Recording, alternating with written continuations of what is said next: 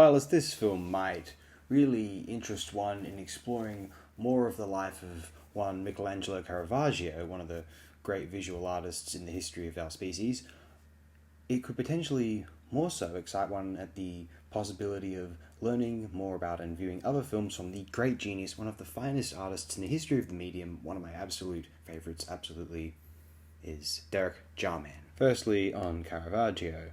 This is important stuff. Michelangelo Merici de Caravaggio, known as simply Caravaggio.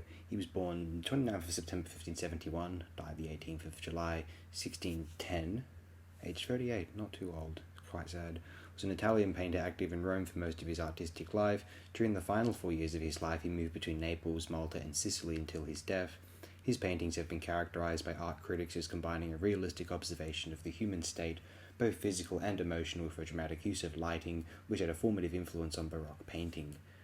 Caravaggio employed close physical observation for dramatic use of chiaroscuro that came to be known as tenebrism. He made the technique a dominant stylistic element, transfixing subjects in bright shafts of light and darkening shadows. Caravaggio vividly expressed crucial moments and scenes, often featuring violent struggles, torture, and death. He worked rapidly with live models, preferring to forego drawings and work directly onto the canvas. His inspiring effect on the new Baroque style that emerged from Mannerism was profound. His influence can be seen directly or indirectly in the work of Peter Paul Rubens, Giuseppe de Ribera, Gian Lorenzo Bernini, and Rembrandt. Artists heavily under his influence are called the Caravaggisti, or Caravaggesques, as well as Tenebrists or Tenebrosi, shadowists. Caravaggio trained as a painter in Milan before moving to Rome, when he was in his 20s. He developed a considerable name as an artist and as a violent, touchy, and provocative man. A brawl led to a death sentence for murder and forced him to flee to Naples.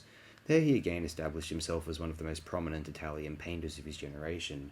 He travelled to Malta and on to Sicily in 1607 and pursued a papal pardon for his sentence. In 1609 he returned to Naples, where he was involved in a violent clash. His face was disfigured, and rumours of his death circulated. Questions about his mental state arose from his erratic and bizarre behaviour. He died in 1610 under uncertain circumstances, while on his way from Naples to Rome. Reports stated that he died of a fever, but suggestions have been made that he was murdered or that he died of lead poisoning. Caravaggio's innovations inspired Baroque painting, but the latter incorporated the drama of his chiaroscuro without the psychological realism. The style evolved and fashions changed, and Caravaggio fell out of favour. In the 20th century, interest in his work revived, and his importance to the development of Western art was re-evaluated. The 20th century art historian André Bern-Geoffroy stated, "What begins in the work of Caravaggio is quite simply modern painting." And now on to Derek Jarman, for those of you who are not aware. For those of you who are, you don't have to listen to this, so if you're welcome to, obviously. Michael Derek Elworthy Jarman, born 31st of January 1942, passed away on the 19th of February 1994, too young, at 52, was an English artist, filmmaker, costume designer, stage designer, writer, gardener, and gay rights activist. Jarman was born at the Royal Victoria Nursing Home in Northwood, Middlesex, England, the son of Elizabeth Evelyn nee Potok and Lancelot Elworthy Jarman. His father was a Royal Air Force officer, born in New Zealand. After a prep school education at Hall House School, Jarman went on to board at Camford School in Dorset, and from 1960 studied at King's College London. This was followed by 4 years at the Slade School of Fine Art, University College London, UCL, starting in 1963. He had a studio at Butler's Wharf, London, in the 1970s. Jarman was outspoken about homosexuality, his public fight for gay rights, and his personal struggle with AIDS. On the 22nd of December 1986, Jarman was diagnosed as HIV positive and discussed his condition in public. His illness prompted him to move to Prospect Cottage, Dungeness in Kent, near the nuclear power station. In 1994, he died of an AIDS-related illness in London, aged 52. He was an atheist. He is buried in the graveyard at St. Clement's Church, Old Romney, Kent. In his last years, Jarman was emotionally and practically supported by the companionship of Keith Collins, a young man he had met in 1987. While not lovers, Collins had his own partner. The friendship became essential for both of them. Jarman left Prospect Cottage to him. A blue plaque commemorating Jarman was unveiled at Butler's Wharf in London on the 19th of February 2019, the 25th anniversary of his death. Jarman's first films were experimental Super 8mm shorts, a form he never entirely abandoned, and later developed further in his films Imagining October 1984, The Angelic Conversation 1985, The Last of England 1987, and The Garden 1990 as a parallel to his narrative work. The Garden was entered into the 17th Moscow International Film Festival. The Angelic Conversation featured Toby Mott and other members of the Grey Organization, a radical artist collective. Jarman first became known as a stage designer. His break in the film industry came as production designer for Ken Russell's For Devils 1971. He made his mainstream narrative filmmaking debut with Sebastian 1976 about the martyrdom of Saint Sebastian. This is one of the first British films to feature positive images of gay sexuality. Its dialogue was entirely in Latin. He followed this with Jubilee, shot 1977, released 1978, in which Queen Elizabeth I of England is seen to be transported in time to a desolate and brutal wasteland ruled by her 20th century namesake. Jubilee has been described as Britain's only decent punk film, brilliant film at that, certainly, and featured punk groups and figures such as Jane County of Wayne County and the Electric Chairs, Jordan, Toya Wilcox, Adam and the Ants, and the Slits. This was followed in 1979 by an adaptation of Shakespeare's The Tempest. During the 1980s, Jarman was a leading campaigner against Clause 28, which sought to ban the promotion of homosexuality in schools. He also worked to raise awareness of AIDS.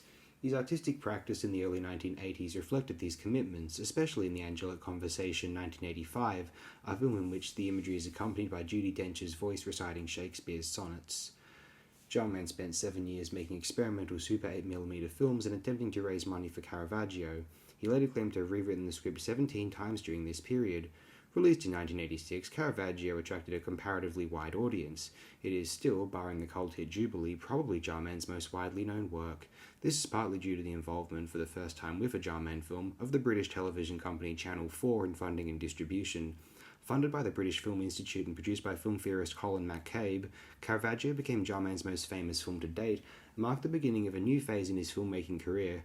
From then onwards, all his films would be partly funded by television companies, often receiving their most prominent exhibition in TV screenings. Caravaggio also saw Jarman work with actress Tilda Swinton for the first time. Overt depictions of homosexual love, narrative ambiguity, and the live representations of Caravaggio's most famous paintings are all prominent features in the film. The conclusion of Caravaggio also marked the beginning of a temporary abandonment of traditional narrative in Jarman's films.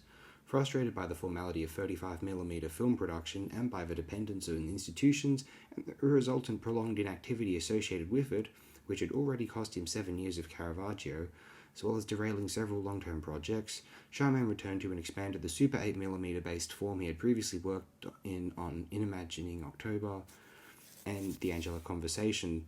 Caravaggio was entered into the 36th Berlin International Film Festival, where it won the Silver Bear for an outstanding single achievement. The first film to result from this new semi-narrative phase, The Last of England, told the death of a country ravaged by its own internal decay and the economic restructuring of Thatcher's government. Wrenchingly beautiful, the film is one of the few commanding works of personal cinema in the late 80s, a call to open our eyes to a world violated by greed and repression, to see what irrevocable damage has been wrought on city, countryside, and soul, how our skies, our bodies have turned poisonous, wrote a Village Voice critic. In 1989, Jarman's film War Requiem, produced by Don Boyd, brought Laurence Olivier out of retirement for what would be Olivier's last screen performance. The film uses Benjamin Britten's eponymous anti-war Requiem as its soundtrack and juxtaposes violent footage of war with the Mass for the Dead and the passionate humanist poetry of Wilfred Owen. During the making of his film The Garden, Jarman became seriously ill.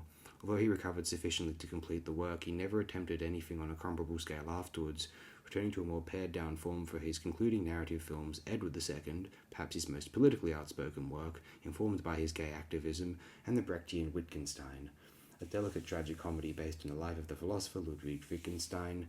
Jarman made a side income by directing music videos for various artists, including Marianne Faithfull, The Smiths, and the Pet Shop Boys. By the time of his 1993 film Blue, Jarman was losing his sight and dying of AIDS-related complications. Blue consists of a single shot of saturated blue colour filling the screen as a background to a soundtrack composed by Simon Fisher Turner and featuring original music by Coil and other artists, in which Jarman describes his life and vision. When it was shown on British television, Channel 4 carried the image whilst the soundtrack was broadcast simultaneously on BBC Radio 3. Blue was unveiled at the 1993 Venice Biennale with Jarman in attendance and subsequently entered the collections of the Walker Art Institute, Centre Georges Pompidou and MoMA and Tate. His final work as a filmmaker was the film Glitterbug, made for the Arena slot on BBC Two and broadcast shortly after Jarman's death. Glitterbug that's like old footage of discos in the late 70s, I'm pretty sure. That's my memory of it. And I saw it some years ago. Jarman's work broke new ground in creating and expanding the fledgling form of the pop video in England, e.g. using his father's World War II archival footage, one of the first people to use a colour home movie camera, which included the director as a toddler, on the early version of Wang Chung's dance hall days, and in gay rights activism. Several volumes of his diaries have been published. Jarman also directed the 1989 tour by the UK duo Pet Shop Boys. By pop concert standards, this was a highly theatrical event with costume and specialty short films accompanying the individual songs. Jarman was the stage director of Silvano Busotti's opera La Ispirazione, first staged in Florence in 1988. Jarman is also remembered for his famous shingle cottage garden at Prospect Cottage, created in the latter years of his life in the shadow of the Dungeness nuclear power station. The cottage is built in vernacular style in timber with tar-based weatherproofing like others nearby. Raised wooden text on the side of the cottage is the first stanza and the last 5 lines of the last stanza of John Donne's poem The Sun Rising.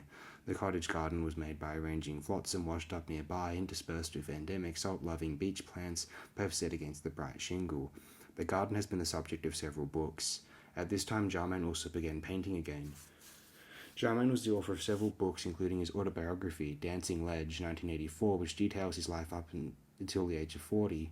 He provides his own insight on the history of gay life in London, 60s to 80s, discusses his own acceptance of his homosexuality at age 16, and accounts of the financial and emotional hardships of a life devoted to filmmaking.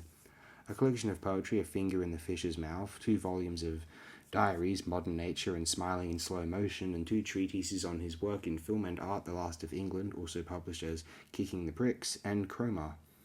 Other notable published works include film scripts, Up in the Air, Blue, War Requiem, Caravaggio, Queer Edward II and Wittgenstein, the Terry Eagleton script / the Derek Jarman film, a study of his garden at Dungeness, Derek Jarman's Garden, and At Your Own Risk, a defiant celebration of gay sexuality. After his death, the band Chumbawamba, I Get Knocked Down, I Get Up Again, those chaps, released Song for Derek Jarman in his honour. Andy Sex Gang released the CD Last of England as a Jarman tribute. The ambient experimental album The Garden is Full of Metal by Robin Rimbaud included Jarman's speech samples. Manic Street Preachers bassist Nicky Wire recorded a track titled Derek Jarman's Garden as a B-side to his single Break My Heart Slowly 2006. On his album In the Mist, released in 2011, ambient composer Harold Budd, the great genius Budd, features a song titled The Art of Mirrors after Derek Jarman. Coil, which in 1985 contributed a soundtrack for Jarman's The Angelic Conversation, released the 7-inch single Themes for Derek Jarman's Blue in 1993. In 2004, Coil's Peter Christopherson performed his score for the Jarman short The Art of Mirrors as a tribute to Jarman live at L'Étrange Festival in Paris. In 2015, record label Black Mass Rising released a recording of the performance. In 2018, composer Gregory Spears created a work for chorus and string quartet titled The Tower and the Garden, commissioned by conductors Donald Nally, Mark Shapiro, Robert Geary, and Carmen Helena Tellez, citing a poem by Keith Caravaggio from his collection Blue, the Derek Jarman Poems 2008. The French musician and composer Romain Frequency released his first album, Research on a Nameless Colour, in 2020 as a tribute to Jarman's final collection of essays Chroma, released in 1994, the year he died, and written while struggling with illness, facing the irony of an artist going blind. The songs are devoted to an unexisting colour and their attendant emotion as a transposition of a certain contemplative state into sound. The album received a positive response from the press. And that's some Derek Jarman. Do explore his films if you're so inclined. Thanks again, my friends. Appreciate it immensely.